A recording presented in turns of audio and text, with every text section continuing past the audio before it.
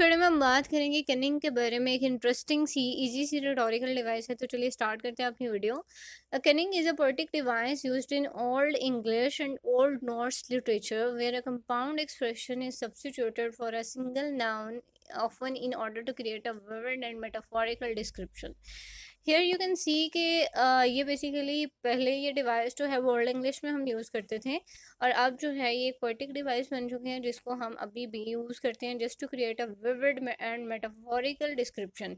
यानी कि हमने कुछ वर्ड्स जो हैं उनको एसोसिएट कर दिया हुआ है। जैसे आजकल अब जब हम बात कर रहे होते हैं हमारी इंग्लिश की, तो हम उसमें कुछ पोएट्री में कुछ वर्ड्स यूज़ करते हैं जो कि सिंबलाइज कर रहे होते हैं किसी चीज़ को, ठीक है।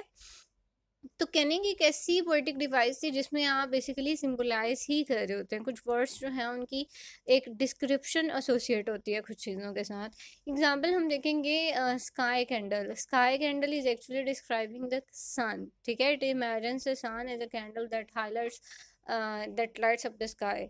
इसके अलावा देखेंगे वेव ट्रेवल, ये बेसिकली शिप को कह रहा है, ठीक है। It evokes image of a ship gliding through the waves of the sea.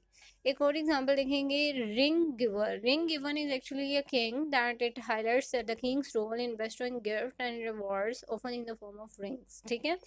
एक और एग्जांपल देखो, bone house. Bone house is actually refers to the human body because we have so many bones and it is actually showing that body is actually house of bones, ठीक है, और containers of bones।